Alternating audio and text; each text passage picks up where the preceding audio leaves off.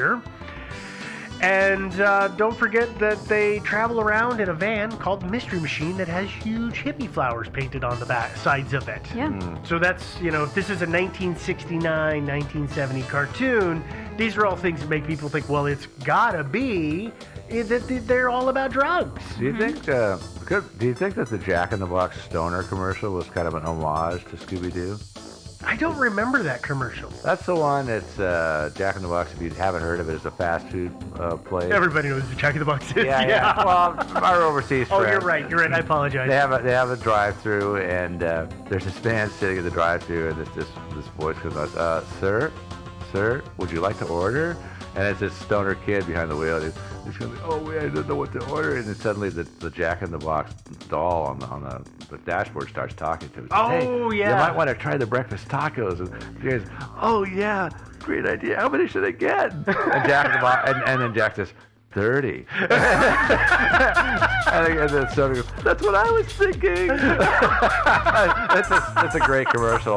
But I don't know if it was an homage to Scooby or not. This week's episode brought to you by Jack in the Box. Yeah, a little product placement there. So there's some other things that make people think that they're totally potheads, though. There's the fact that whenever the van drives away, there's a big cloud of smoke behind it. If you've ever seen that, they do that full rear van drive away scene, and there's always a big cloud of smoke. Also, the way that Shaggy talks, like zoinks, man. Yeah. Like the stereotypical stoner talk. Mm-hmm. Right? Yeah, he does have that speech pattern. Yeah. Again, these came out first in 1969? Yeah.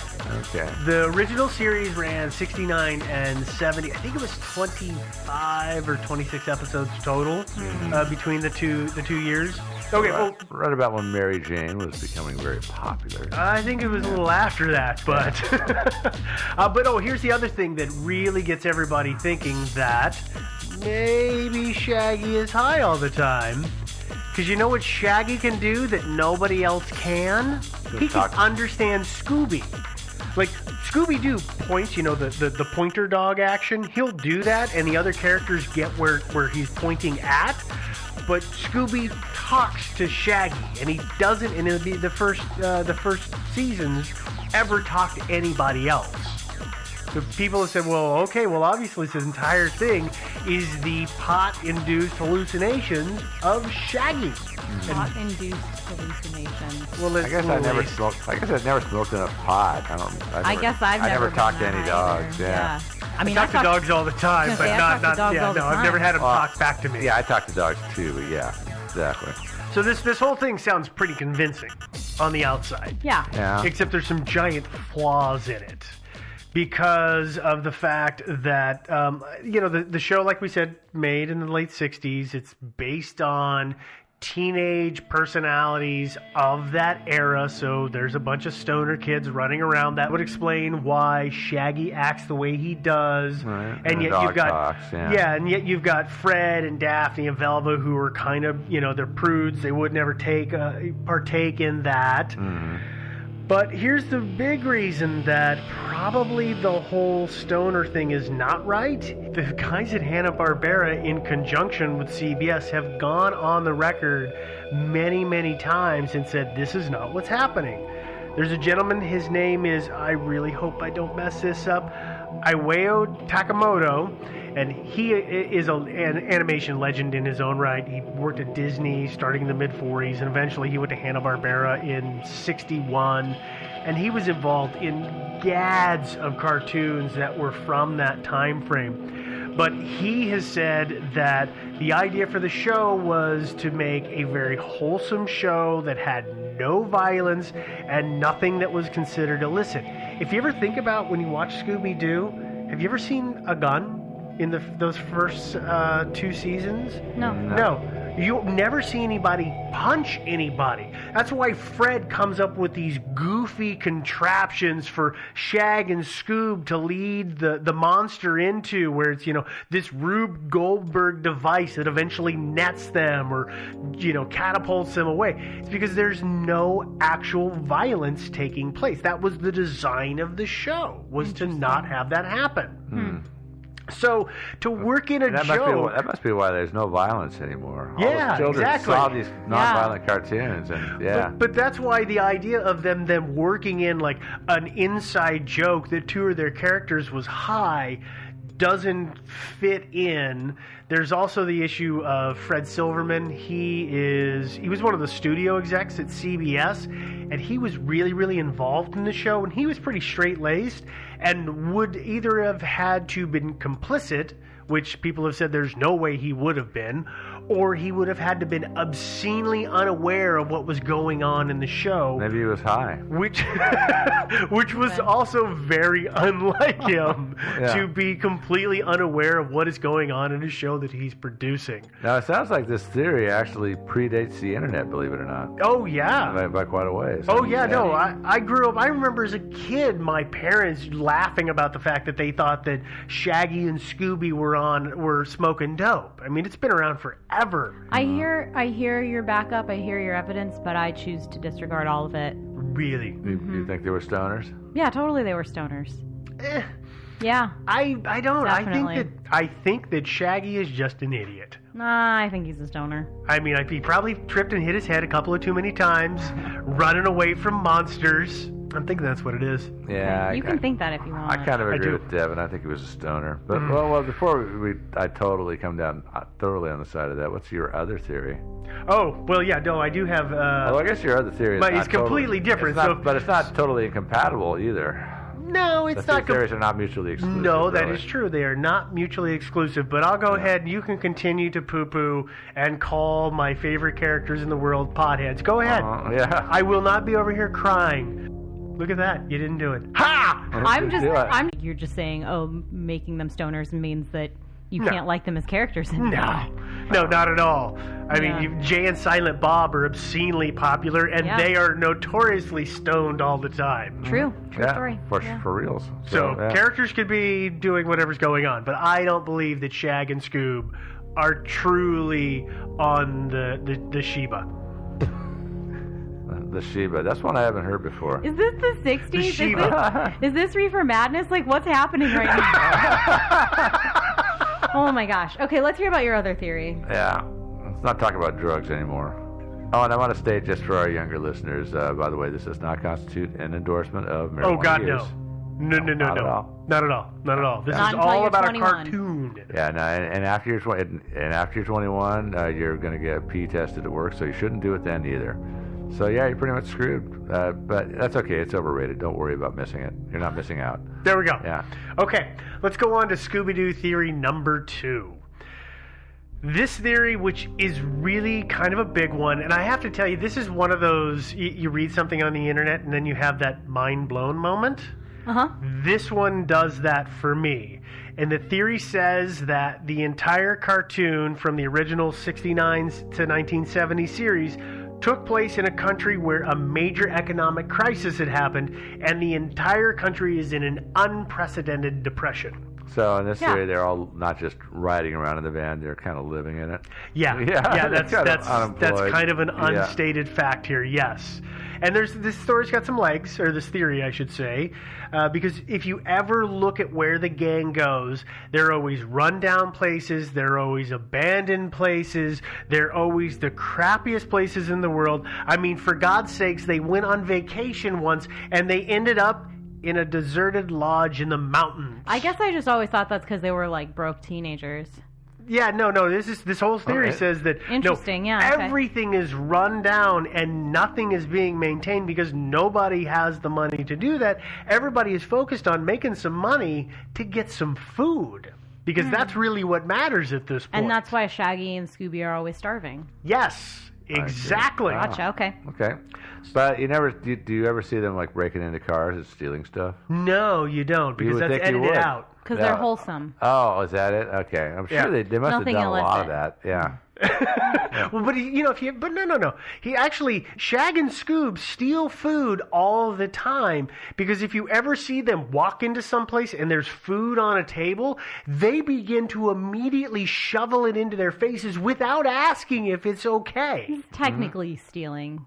they're starving, so it's not stealing. Is that what you're saying? Oh no, I just they walk into the resort and there's food and they're like, oh yeah. No, not a resort. They go to there's the haunted mansion up on the hill, and they go there and there's a whole pallet of cakes, and those two will just dive in. That's true. Without asking. Is that a wise idea at the haunted mansion? No, it's not. Taking down cakes?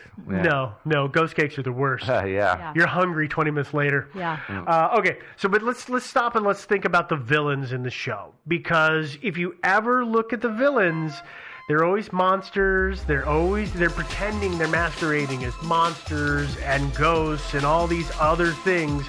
But have you ever looked at the motive at the end of the show of what they're actually after? Because what they're actually after is money. Yeah. There are a total of 27 villains in the original series. 23 of them are trying to steal land or money or smuggle something to make money. Now, there's some others in there that do it for semi-petty reasons. Let's see, there was winning a contest. Oh, now this is you could see it in this environment, getting back at someone for getting fired, because you know how hard it is to get a job in a depressed economy? Oh, yeah. Let's see, what else is there? Oh, and then there are two of them who did it because they were trying to land a job. And then one guy, you know why he was doing what he's doing?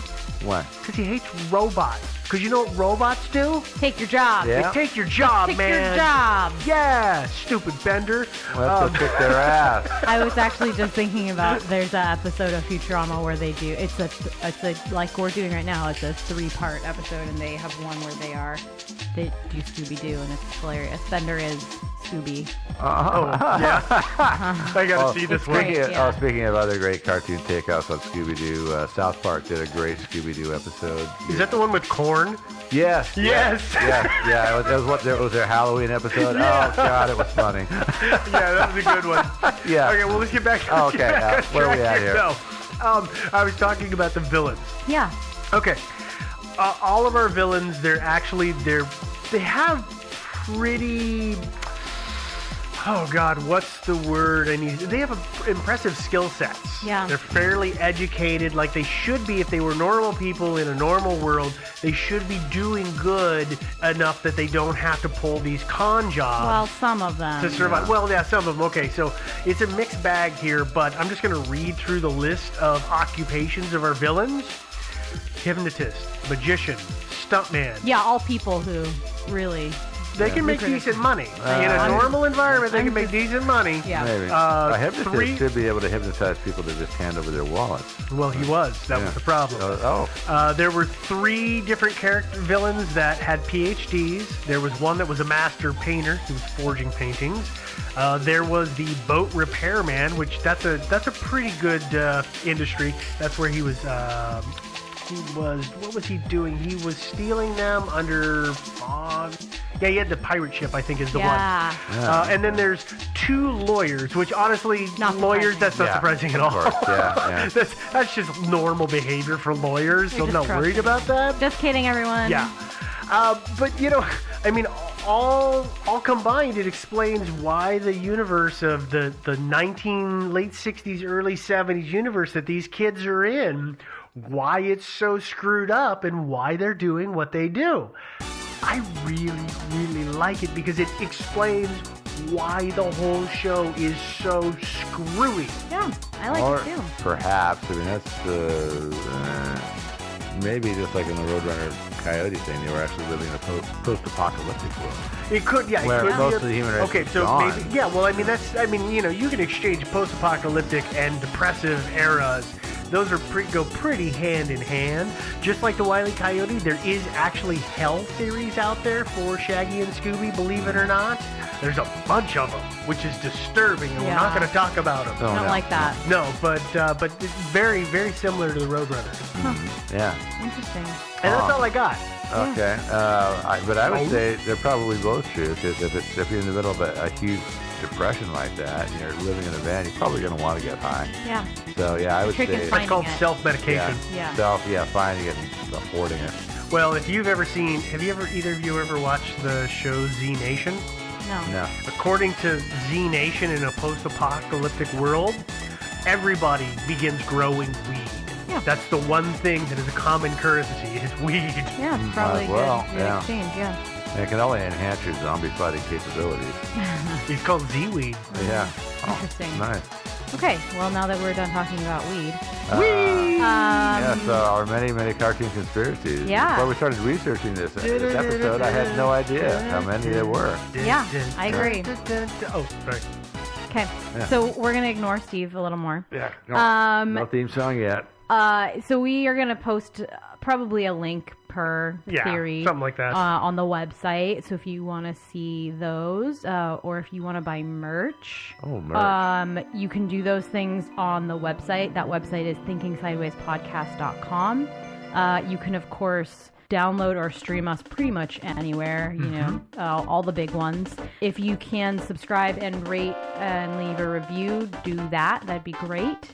We have social media. We've got the Facebook page and the Facebook group. So like the page and join the group. And then we have Twitter, which you can follow me being hilarious.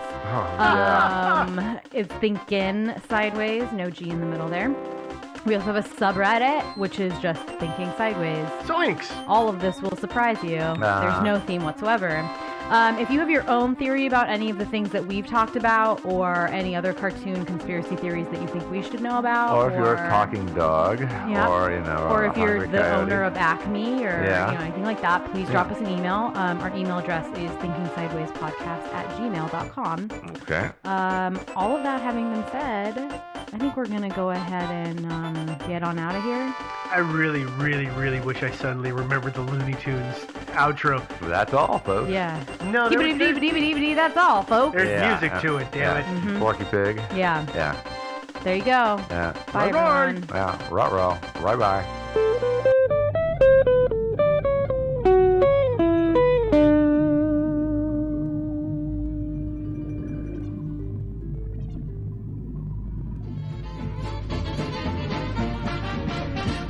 Thinking Sideways. I don't understand. Does not compute. You never know. Insufficient data to formulate a reply. What? Stories of things we simply don't know the answer to. Hello, everybody, and welcome again to another episode of Thinking Sideways. This podcast where I talk in a weird monotone voice. Not really. Hey, everybody, this is Steve, and as always, I am joined by Devin. And Joe. And once again, we have another mystery to bring to you. What? Yeah, really, it's not all cats on the internet. What? Oh, we know there's something else on the internet. Come on. I'm only talking about the cats. Wow. Okay, well, this week we're going to talk about a man who is revered as the father of the theory of natural selection, which would be Charles Darwin. Okay. And I know that you're asking yourself, well, what's the mystery about Darwin? Well, it's a simple and a complex one. Sorry. Yeah. Who was the detective on like Murder of the Orient Express? Poirot? Was it? No. Yeah, Poirot. Was it Poirot? I thought it was. Maybe it was Poirot. Oh, maybe not. I don't know. I mean, Well, Agatha obviously, Christie. somebody will tell us. Yeah. Doesn't matter. Yeah. Anyways, he always talked about the simple answer and the complex answer, right? True. So we're channeling him today. Yes. Okay. Are we? Right? No, not really. Oh. Well, as I said, the mystery is Darwin's health. And unfortunately, there's no chupacabra angle here. Sorry, Nope. guys. Yeah, Nope.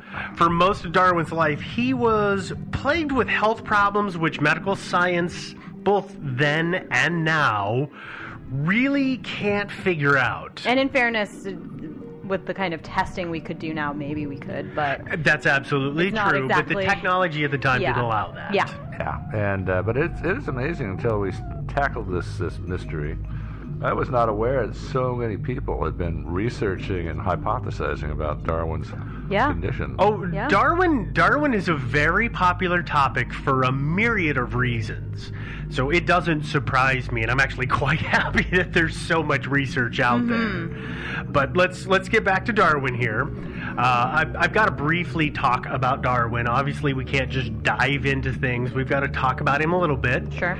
Before we do that, though, I do want to thank Alyssa, who suggested this story to us on Facebook quite a while back. And I also want to send out a huge thank you.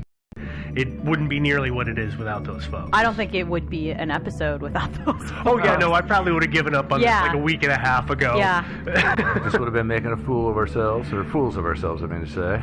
Yeah, the only thing I'm going to probably get wrong at this point is pronunciation. Yeah. So let's talk about Darwin. Okay. Most people know Charles Darwin usually for one of two things. It's either On the Origin of Species, which is his book that he wrote about his theory of natural selection, or it's the Galapagos Islands, which he visited when he was on the HMS Beagle. Or both of those things. Well, it's typically people know one or two primarily, Right. but it can be both. You're absolutely right. Yeah. There's so much more to him, and there's so much more than just the Galapagos, and so many things that formed his theories. He's really, really interesting. I've been reading his Beagle diaries. I've been reading his correspondence.